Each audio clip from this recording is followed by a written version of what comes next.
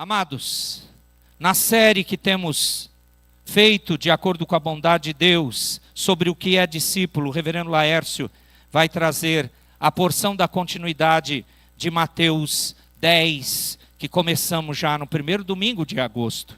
Então, com atenção, reverência, por favor, ouçamos a Escritura Sagrada, e quando o pregador é fiel, a gente não ouve mais o pastor, a gente ouve a voz do nosso Senhor.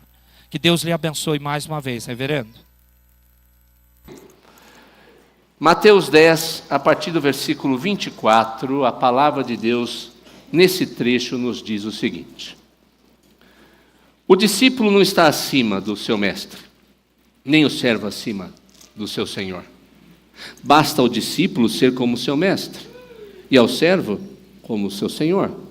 Se chamaram Beelzebu ao dono da casa, quanto mais aos seus domésticos?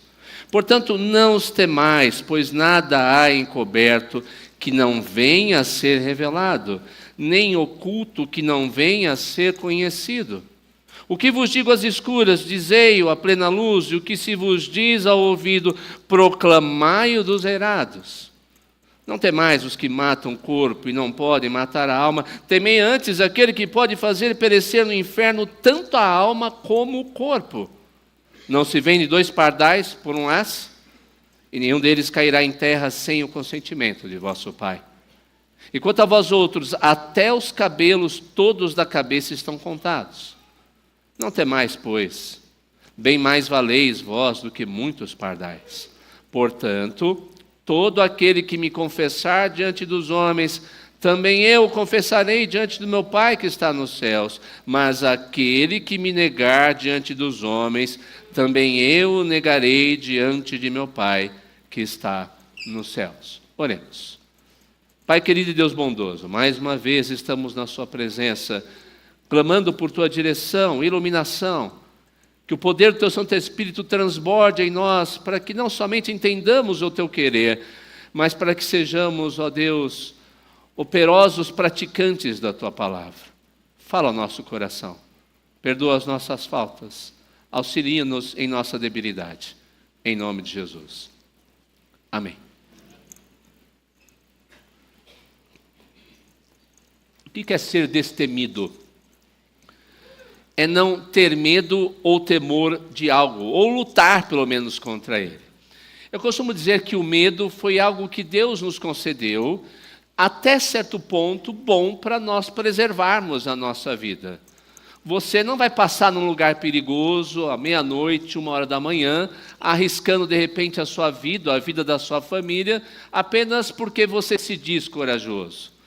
Você não vai atravessar uma rodovia como a Ayrton Senna com um grande movimento à noite, quando tem uma passarela próxima que pode fazer você atravessar seguro para o outro lado. Quando você está enfermo, você vai ao médico temendo, num sentido positivo, por aquilo que está acontecendo com o seu corpo ou pela gravidade que pode ocorrer a partir dali se você não tomar os devidos cuidados. Natural? Não é disso que Jesus está falando aqui. Ele está falando do nosso destemor espiritual, o nosso destemor por Ele, pela causa do Evangelho, pela causa da palavra, pelo seu nome e sua glória, a glória do nosso Deus. Quando nós somos discípulos do Senhor, nós somos destemidos, superando o medo, a timidez, por meio da obediência e do amor que somos chamados, ou para o qual somos chamados a exercê-lo diante de Cristo para com Deus e para com o nosso próximo. Aliás, João, em sua primeira carta, diz que o amor vence o medo. E o amor é a prática de serviço para as pessoas, principalmente que vemos, que estão ao nosso redor, diante das necessidades que essas pessoas têm.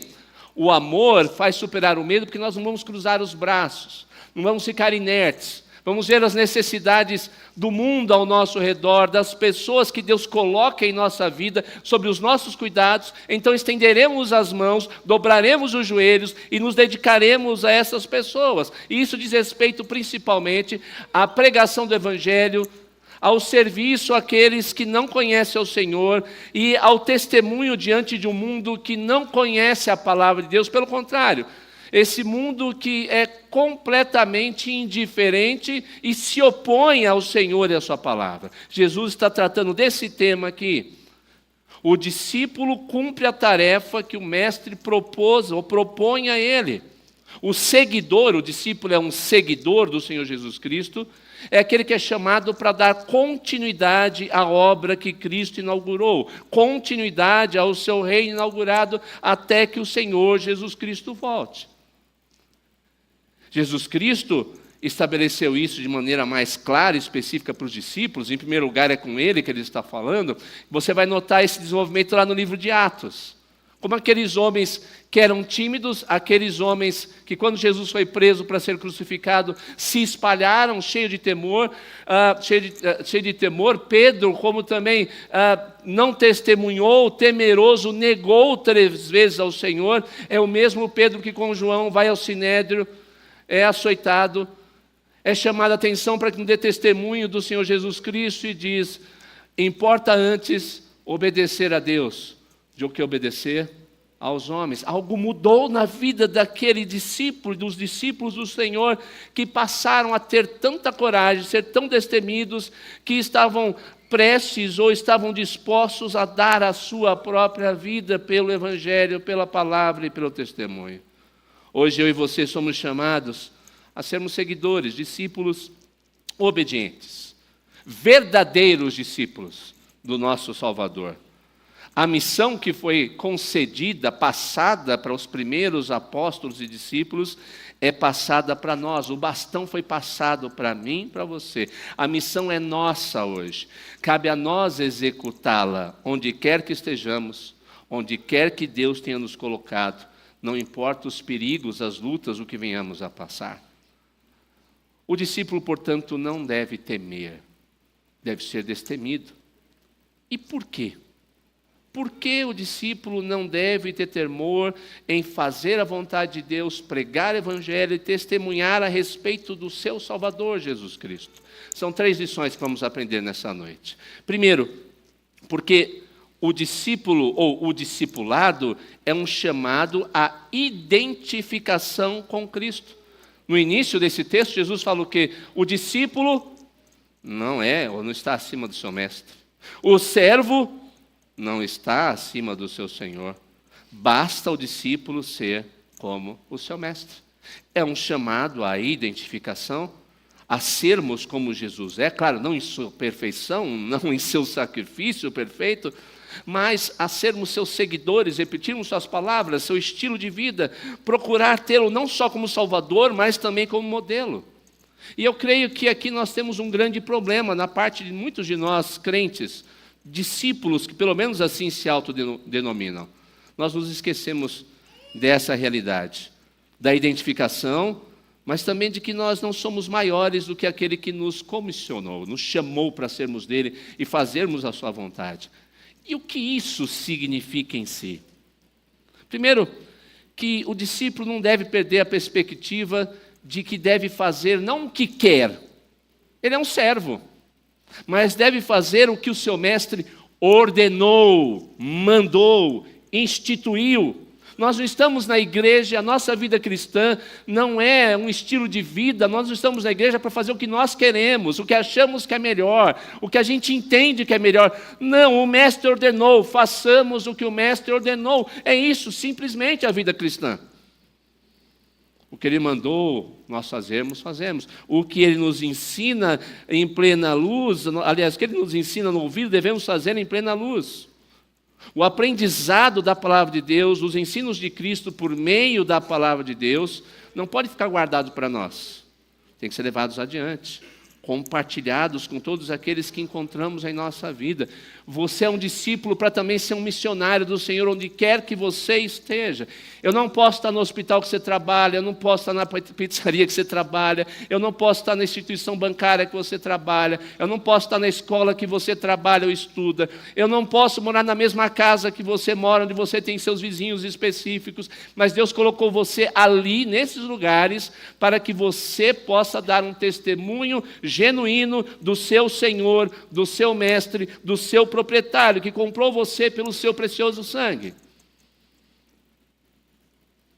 Nós não devemos estranhar, portanto, que nessa identificação tenhamos os resultados que Jesus aqui previu. Jesus disse o quê? Ele foi caluniado, ele foi perseguido, ele foi torturado, ele foi morto. Nós não devemos achar que isso não vai acontecer conosco. É um chamado para nos identificarmos completamente com o Senhor. Eu não estou dizendo que todos aqui vão passar por essa situação, que isso vai acontecer, como Jesus diz, que você vai ser morto numa cruz, que você vai ser levado a uma masmorra. Não, mas de alguma maneira o verdadeiro crente se identificará nos sofrimentos de Cristo por causa da palavra de Cristo e do testemunho a respeito do seu Senhor. Jesus, para que isso ficasse claro, traz à tona um evento pelo qual ele passou. Vocês se lembram quando Jesus fez determinadas curas, os fariseus invejosos, aqueles homens legalistas, se viraram para Jesus e dizem: olha, você não faz isso pelo poder de Deus. Você faz isso por causa do poder de Beelzebu, que é o maioral dos demônios. Que era uma outra maneira pela qual Satanás era chamado. Beelzebu era uma entidade, uma antiga divindade de Canaã, que era chamada também de Senhor das Moscas, e foi associado com o tempo a Satanás. Os judeus estavam falando, o que você faz é pelo poder de Satanás. E Jesus depois, logo em seguida, ensinou para eles: não é possível que vocês acreditem dessa forma. Uma casa não pode estar dividida sobre si mesma. Satanás não pode ir contra o seu reino. Se eu faço o que eu estou fazendo é porque chegou o reino de Deus, eu faço no poder de Deus, mas o que vocês estão fazendo é uma blasfêmia contra o Espírito Santo. Jesus traz à tona essa história e alerta os seus discípulos: se falaram isso de mim, o que você acha que vão falar de vocês? Se o maioral, o mestre, o Senhor foi chamado, tratado dessa maneira, o que vocês acham que farão com vocês, que são meus seguidores, se testemunharem a respeito de mim? Muitos perdem essa perspectiva bíblica, irmãos, e fazem o possível para realizar o contrário, para se esconder, para fugir de pressões, de perseguições. Criam então, sabe o que acontece hoje com os cristãos? Eles criam um cristianismo de compartimento, uma dicotomia, na qual na igreja eles são uma coisa. O reverendo Nelson falou aqui várias vezes: fala aleluia, amém, mas sai da igreja, acabou. A vida muda. É como se nós tivéssemos dois óculos diferentes. Quando eu estou na igreja, eu ponho um óculos da minha cosmovisão cristã, o meu óculos da Bíblia, enxergo as coisas como a Bíblia manda, faço o que a Bíblia fala para fazer, eu repito as palavras que, como costumeiramente todo mundo fala, mas vou embora da igreja, acabou. Eu rio das piadas que outros fazem, não dou testemunho, me envergonho de Jesus Cristo, envergonho o Evangelho de Jesus Cristo, porque nós criamos uma dicotomia. Dentro da igreja, cosmovisão cristã. Fora da igreja, uma visão materialista, de que tudo que existe é este mundo, nada além dele, às vezes até sem perceber. Eu não estou dizendo que você faz isso porque percebe, mas uma cosmovisão, uma maneira de lidar com as coisas, até mesmo ateísta. Como se Deus não fizesse parte dessas coisas. Como se Deus não fizesse parte do seu trabalho, não fizesse parte do conhecimento, não fizesse parte da ciência, não fizesse parte do casamento, do relacionamento, não fizesse parte de nada. Deus é na igreja, da minha vida cuido eu. Cristo não se envergonhou do seu ministério, da sua missão, do seu Pai, a quem Ele glorificou em todo o tempo. Paulo, lá em 1 Timóteo 6, 13, 14, mostra essa realidade. Isso serve para reforçar o que eu estou falando.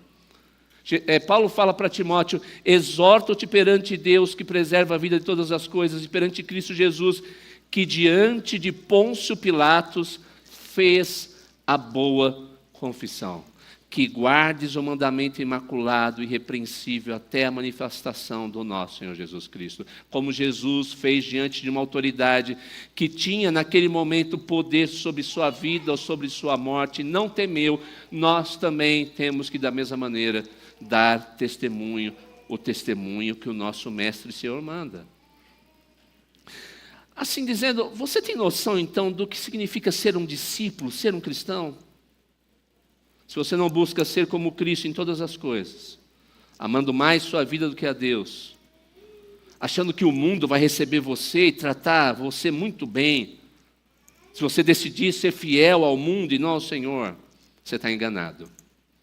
Mas quando você decidir ser fiel ao Senhor, como discípulo dEle, obedecendo a Ele, a palavra de Deus diz, e Paulo fala isso em 2 Timóteo, ora, todos quantos querem viver piedosamente em Cristo Jesus serão perseguidos. Quando você tomar a decisão de ser um genuíno cristão, testemunhar a respeito dele onde quer que você esteja, uma coisa você pode esperar: você terá perseguição de alguma forma. Portanto, não engane a si mesmo. Essa noite eu gostaria que você não saísse daqui, quem sabe, se enganando mais ou enganando o seu próprio coração. Seguir a Cristo requer uma decisão séria. Ser discípulo do Senhor não é de graça, tem um custo. A salvação não tem custo nenhum, mas para ser um discípulo dele, depois que você crê, tem um custo, tem um preço, você tem que calculá-lo. Deve lembrar que não tem outro caminho, outra maneira. Você tem que tomar a cruz do Senhor, dia após dia, negar a si mesmo, e estar disposto a sofrer como o Senhor Jesus Cristo sofreu, mais cedo ou mais tarde, diante do seu vizinho, em seu ambiente de trabalho, em sua escola com seu colega, com sua família, diante de uma autoridade, ou até mesmo diante de uma iminente perseguição. Você terá que decidir: você é ou não é discípulo do Senhor?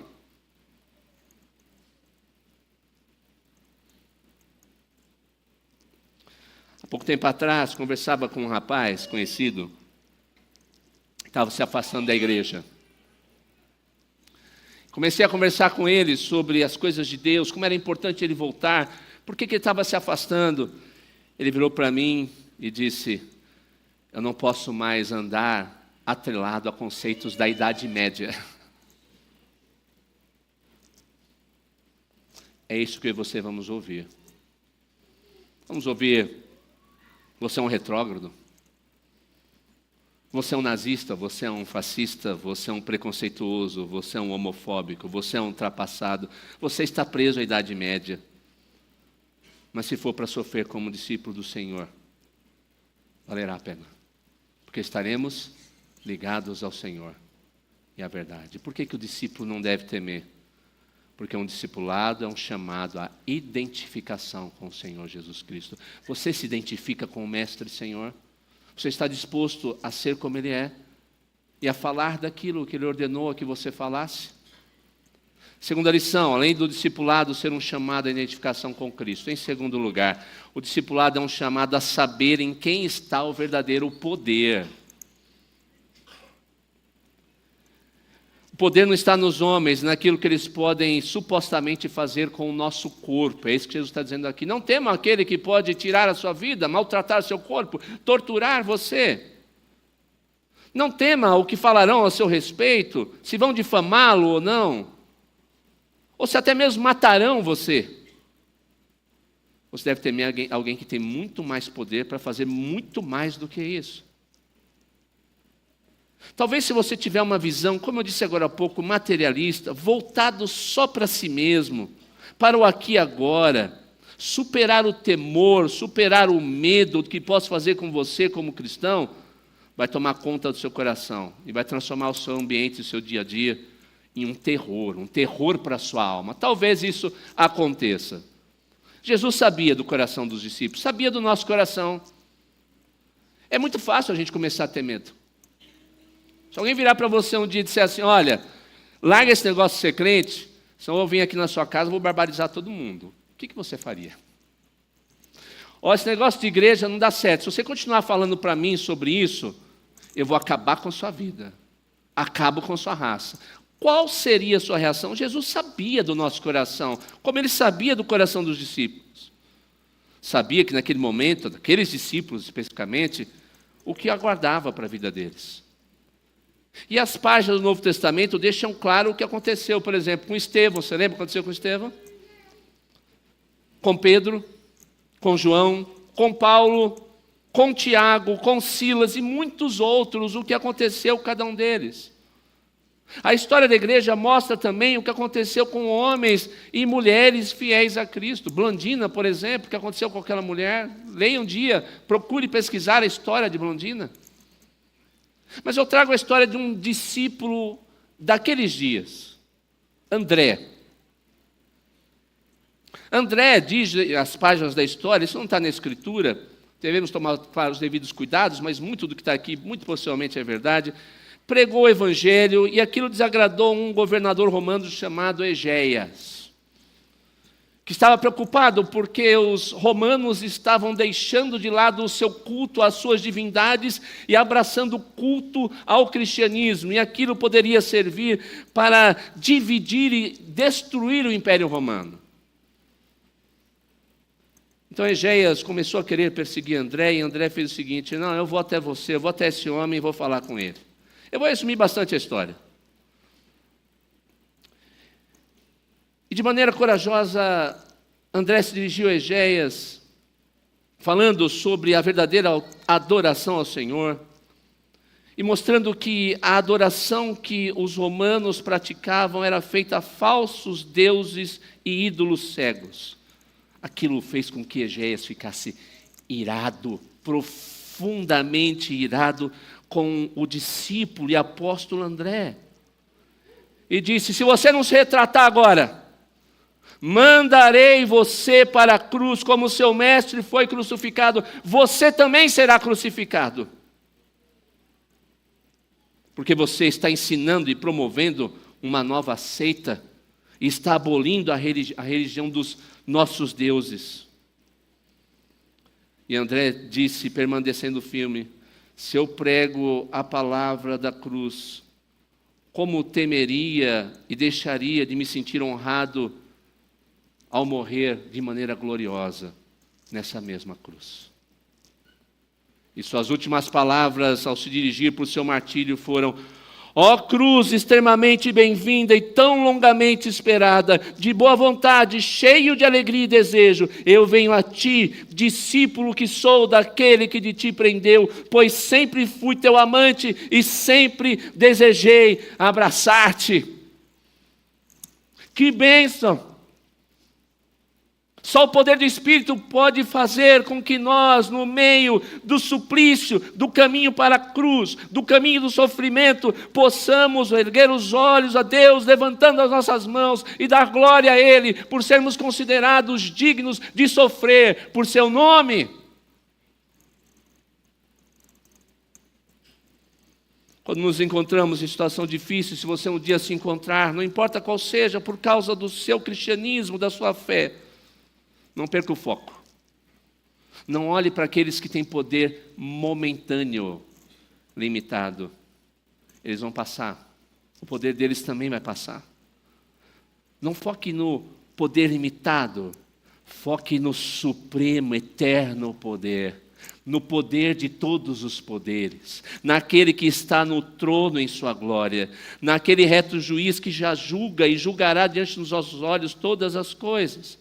Naquele que chamará o seu povo também para julgar aqueles que não creem no Senhor Jesus Cristo, naquele que julgará vivos e mortos, naquele de quem ouviremos a última palavra de sentença, de condenação ou de livramento, porque nós ressuscitaremos e receberemos um corpo incorruptível para viver por toda a eternidade sem mais dor, sem mais lágrimas, sem sofrimento. Devemos, portanto, cumprir o nosso dever de aprender e transmitir o que aprendemos. E aqui tem um alerta, irmãos. Faço uma pergunta retórica só para você pensar. Por que você vem todo domingo na escola dominical? A escola dominical não podia ser igual à faculdade? Eu já cheguei no limite, eu já me formei, peguei meu diploma, acabou, não precisa mais. Por que você vem todo domingo ouvir uma mensagem como essa? Para que você possa ouvir do aprendizado que você tem de Jesus e não guardar, transmitir para outros cada vez mais e mais. Como fizemos há pouco tempo na praça e faremos em dezembro novamente, como fazemos nos discipulados, como fazemos na pregação. Não podemos, não devemos nos envergonhar daquilo que cremos. Mas sabe o que acontece com muito crente que não entende o que é o discipulado? estão se tornando obesos espiritualmente. Pode não ser obeso externamente, mas espiritualmente é obeso. Come da palavra, se alimenta, e depois o que eu faço com isso? Não sei, deixa aí guardado. Não, você aprende para você, sim, tem esse aspecto. Você aplica para a sua vida. Há uma transformação do seu coração. Há uma transformação nas suas ações. Há uma transformação na maneira como você vê todas as coisas. Mas não é só para isso. Você aprende para dizer, ótimo, mudou minha vida, eu quero que mude a vida de muitas pessoas, eu tenho que transmitir, eu tenho que falar, eu tenho que encher o pulmão de ar e dar gritos de aleluia e glória ao Senhor, falando por todos os cantos onde eu estiver, da maravilha da sua salvação e do senhorio do Senhor Jesus Cristo. Nós somos embaixadores do ministério da reconciliação. Como embaixadores fazemos o que o mestre manda. E o mestre mandou dizer, reconciliai-vos já com Deus. O discípulo não deve temer. Primeiro, porque o discipulado é um chamado à identificação com Cristo. Segundo, porque é um chamado a saber em quem está o verdadeiro poder. Não é nos homens, mas em Deus. E terceiro e último lugar, porque o discipulado é um chamado a confiar em Deus. No discipulado e serviço a Deus há uma coisa que jamais podemos esquecer. Quem é aquele que nos comprou, ensinou, enviou? Aquele com quem nós nos relacionamos. Ele não nos desafia a imitá-lo, temê-lo, ao invés de temer os homens e simplesmente virar as costas para nós. Ele não faria isso. Ótimo, está fazendo tudo que eu mando. Agora se vira. Problema seu. Não. Ele nos chama a confiar nele. Como? Jesus dá 2 exemplos. Naquela época, não é um costume nosso, mas as pessoas pobres não tinham muito dinheiro, elas compravam pardal e faziam um assadinho de pardal para comer. E o preço é o que Jesus está dizendo aqui. 2 ou 1 asse, né? Melhor dizendo, 1 asse. Era um valor irrisório, um valor pequeno, era o que uma pessoa pobre podia comer. Está dizendo, o pardal é pequenininho, é um pássaro, não é um ser humano, mas chega um momento da vida dele que ele vai servir de comida. Ele morre. E Jesus fala dos cabelos da cabeça. Alguns têm mais, outros menos, mas ele conta do mesmo jeito. Bom, o que Jesus está querendo dizer aqui? Qual é a nossa tendência, irmãos? Sejamos sinceros. Não precisa mentir para mim, sincero. A gente não tem a mania de achar que Deus só está preocupado com grandes coisas. Está preocupado com o que vai acontecer com o governo no Brasil, com o governo nos Estados Unidos, com o governo no mundo. Sim, Ele está preocupado, aliás, eu não gosto de usar a palavra preocupação, porque Deus não tem preocupação nenhuma, mas Ele está agindo com essas coisas. Ele está com o seu poder dirigindo todas as coisas e no final a sua glória será vista. E a gente acha que Deus só age assim. Não, Deus age nas pequenas coisas, em cada detalhe. Quem é que já parou alguma vez? É isso que Jesus está dizendo. Já parou ao lado de alguém que tem o cabelo comprido? Dá licença um pouquinho, deixa eu contar quantos fios de cabelo você tem. Você já fez isso? Se fez, está precisando de tratamento. Está precisando de aconselhamento bíblico. Urgente. Ninguém vai parar para contar quantos fios de cabelo uma pessoa tem. Tem mais o que fazer. Mas está dizendo, mas Deus sabe, Deus conta, Deus cuida até dos pequenos detalhes em nossa vida, na vida dos seus filhos. Essa pequena ave barata que servia de alimento para os pobres, estava debaixo do cuidado de Deus, ela ia viver os dias que Deus permitia. Os cabelos de uma cabeça são contados pelo Senhor. Jesus está cuidando e controla até das coisas corriqueiras. Não há surpresa para nós, não há acaso para nós, até nos detalhes da nossa vida. Deus está nos colocando onde quer para fazer o que deseja, e se um dia tivermos até mesmo que sofrer pelo seu nome, foi Ele que nos colocou ali. E daremos testemunho fiel dEle, onde quer que Ele nos coloque. Ele controla dos pequenos detalhes a nossa frágil, limitada vida, como cuida dos grandes detalhes do universo. Ele sabe do que precisamos e sabe o que nós devemos passar ou sofrer. e nos dará no poder do Espírito a devida coragem para testemunhar e enfrentar as maiores adversidades que esse mundo possa trazer sobre nós. Nós estamos, portanto, diante da maravilhosa providência de Deus. Ela é tão abrangente, ela é tão maravilhosa. Nem o pardal cai do céu, independentemente da sua vontade. Ele não cuida de maneira genérica das coisas, mas cuida de cada detalhe da vida dos seus filhos, até mesmo da sua preservação, das suas ações. E, finalmente, do dia da nossa morte. A gente precisa sossegar mais o coração diante disso. A gente ouve notícias, a pessoa está doente, vai acontecer, se eu fizer tal coisa, se eu vou ser perseguido, vou morrer. Amém. Tudo está no controle de Deus. E se nós tivermos que morrer por causa do Evangelho, amém ainda mais. Porque seremos considerados dignos, mesmo indignos, de sofrer e morrer pelo nome de Jesus Cristo. As circunstâncias podem nos fazer temer, ou podemos pensar que Deus está preocupado com outras coisas, não se importa conosco. Mas Ele cuida de nós. De tudo, em nosso ministério, em nossa vida, no nosso trabalho, Ele cuida em todo o tempo. Não há surpresas para Deus. Ele, em sua infinita sabedoria, nos coloca nas situações que Ele mesmo planejou para a sua glória e para o nosso bem. Portanto, não tema. A única coisa que a gente tem que fazer, se dispor, se disponha. Em nossa disposição e limitação, às vezes até mesmo com um temor inicial, Ele nos usará como vasos de barro para mostrar a sua glória. Ele vai usar você quando você se dispor, mesmo em suas limitações e fraqueza. Lá na sua escola, lá no seu trabalho, lá na sua vizinhança, lá no seu ônibus ou trem que você pega, lá em sua família, muitas vezes com tanta gente descrente, com seus amigos incrédulos. E fará, não de qualquer maneira, fará com poder, para que no final a glória seja não sua ou minha, mas exclusivamente dele. Não o negue, confesse que Ele é o seu Senhor, confesse que Ele mudou sua vida, confesse aos outros: Ele é o meu alimento, Ele é a minha água que sacia a sede da minha alma, Ele é o meu sustento, Ele é o ar que eu respiro, Ele é o meu tesouro mais precioso, Ele me deu a vida eterna em seu nome. Por que eu o negaria, deixaria de dar testemunho dele? Não tenha medo, simplesmente levante-se, disponha-se. E lembre-se, o discípulo não deve temer.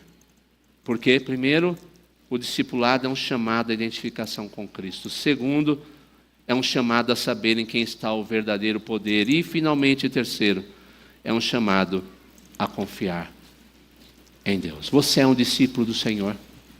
É corajoso e destemido pelas coisas do Senhor. Que possamos refletir sobre a nossa vida. E sejamos verdadeiros discípulos dele. Que Ele nos abençoe. Vamos orar mais uma vez. Pai querido e Deus bondoso, tenha misericórdia de nós. Reconhecemos que muitas e muitas vezes não temos sido genuínos discípulos do Senhor. O medo toma conta do nosso coração. Não somos ousados e usados por Ti como o Senhor planejou que o fôssemos. Ajuda-nos, ó Deus. Tenha misericórdia de nós. Ajuda-nos a lembrar a quem devemos verdadeiramente temer. Quem tem realmente o poder. O que o Senhor deseja para nós em sua providência. Como o Senhor planejou todos os nossos dias e como apenas e tão somente devemos nos dispor em suas mãos. Que o teu povo que aqui está seja um povo que entenda o preço, o chamado e o custo do discipulado. E cada um esteja disposto a fazer a sua vontade. Em nome de Jesus. Amém.